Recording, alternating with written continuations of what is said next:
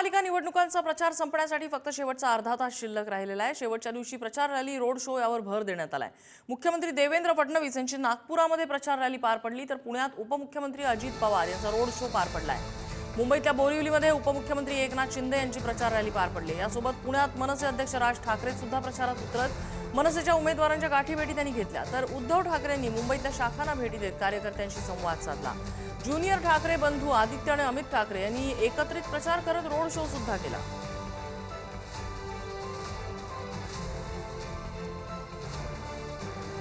आणि आमचे प्रतिनिधी जागोजागचे अपडेट आपल्याला देत आहेत। ठाण्यामधून आमचे प्रतिनिधी निकेश शार्दूल आपल्यासोबत आहेत, मुंबईमधून श्रेयस आपल्यासोबत आहेत। दोघंही रॅलीमध्ये दिसत आहेत। सुरुवातीला आपण ठाण्यात जाऊया निकेशकडे।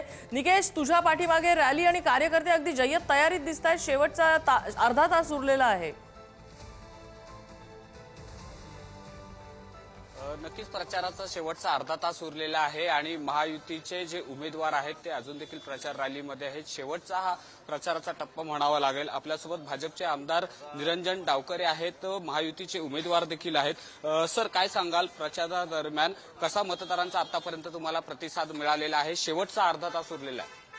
लोकांचा फार चांगला रिस्पॉन्स या पूर्ण प्रचाराच्या दरम्यान भेटलाय आणि 1 नंबर प्रभागापासून ते 33 नंबर प्रभागापर्यंत लोकांचा कल आणि त्यांचं मत हे निश्चितपणे महायुतीकडेच आहे, हे स्पष्टपणे दिसून येते। आणि त्याच्यामुळे या वेळेस ठाणे महानगरपालिकेच्या या निवडणुकीमध्ये 1 नंबर आणि 33 नंबर पर्यंतच्या सगळ्या प्रभागांमध्ये 100पेक्षा जास्त नगरसेवक हे महायुतीचे निवडून येताना हे स्पष्ट चित्र आहे आणि ते निश्चितपणे होईल। त्याचबरोबर या निवडणुकीमध्ये भारतीय जनता पार्टीने आवर्जून 3 मुस्लिम उमेदवार उतरवलेत, ज्याच्या माध्यमाने निश्चितपणे आम्हाला पूर्ण विश्वास आहे की यावेळेस आम्ही मुस्लिम समाजाचा जो मतदारसंघ आहे, बहुल जो मतदारसंघ आहे, त्याच्यामध्येही भारतीय जनता पार्टी आहे ते उमेदवार हे निवडून येतील। मतदानाच्या दिवसाचा आता सगळ्यांना आतुरता लागलेली आहे। काय वाटतं, काय चित्र असेल मतदानाच्या दिवशी?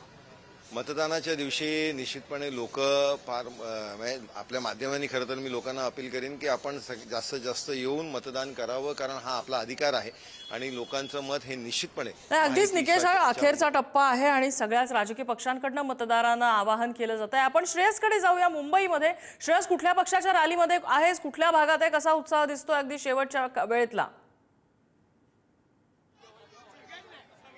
खरं आपण म्हणतो ना, everything is the last resort, तेच आपल्याला पाहायला मिळतंय। कारण आताच्या घटकेला अर्धा तास उरलाय।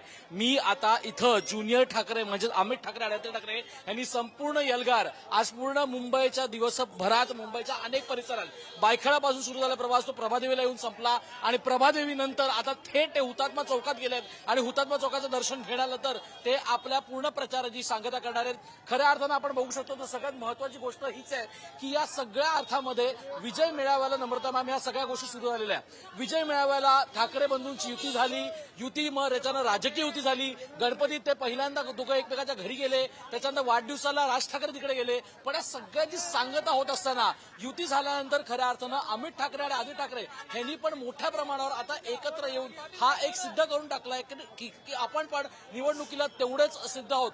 ते मैदानावर उतरणं महत्वाचं होतं। ठाकरे बंधूंचं एकत्र पाहायला गेलं तर एकीकडे भाजपने ही जाहीर सभा घेतली, मात्र ठाकरे बंधू यांनी प्रत्येक आपल्या शाखेत जाऊन आपला पूर्ण प्रचार करण्यात आला। हा सगळ्यात महत्वाची गोष्ट म्हणजे शाखा हा इमोशनल एलिमेंट आहे आणि तो स्कॅटर आता ठाकरे बंधूंनी पण केला आणि ज्युनियर ठाकरे सुद्धा केलाय। त्यामुळे कुठे ना कुठे आता उत्साह 15 तारखेचा आहे की 15 तारखेला एवढं केल्यानंतर काय होईल याकडे तर सगळ्यांचं लक्ष लागलेलं आहे। अगदी श्रेयस आणि निकेश, तुमच्या दोघांचे आभार आहे सगळ्या